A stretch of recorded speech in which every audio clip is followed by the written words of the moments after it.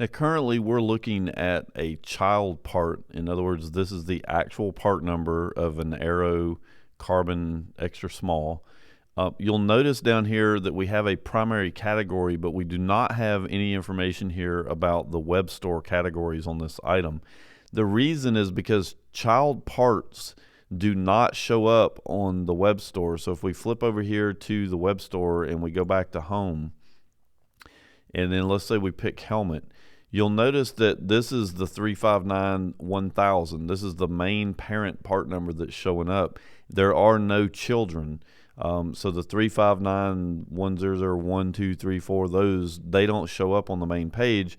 And so the only thing that we really have to focus on getting a category on is the master part, the main part number.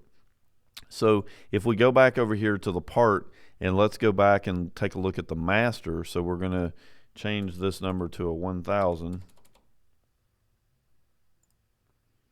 You'll notice that it actually has a helmet full face arrow. So we have the ability to go in here and set up the categories any way we want.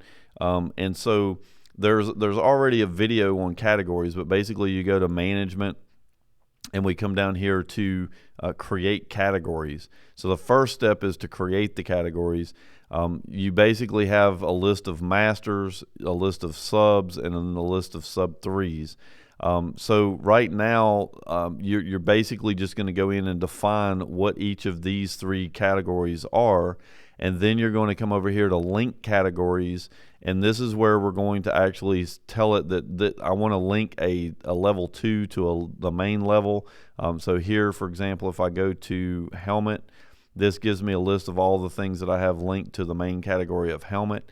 If I go over here on the right, then this is where I would actually choose both of these. So for example, I'm going to go to helmet, and then we'll go to full face.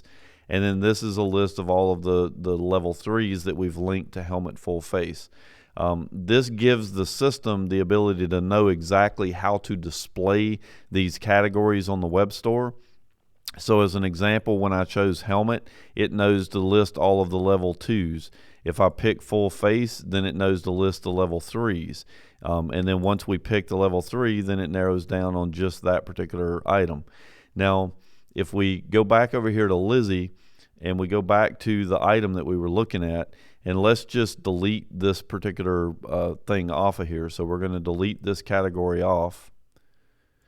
And so we want to add that category on here. So we're going to go to helmet, and then you'll notice we get a level 2. We're going to go to full face.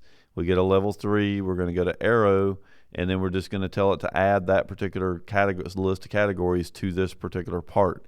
So it's fairly simple to add the categories that you want for the master part. And again, you don't have to worry about the children because they kind of suck up the information from the master.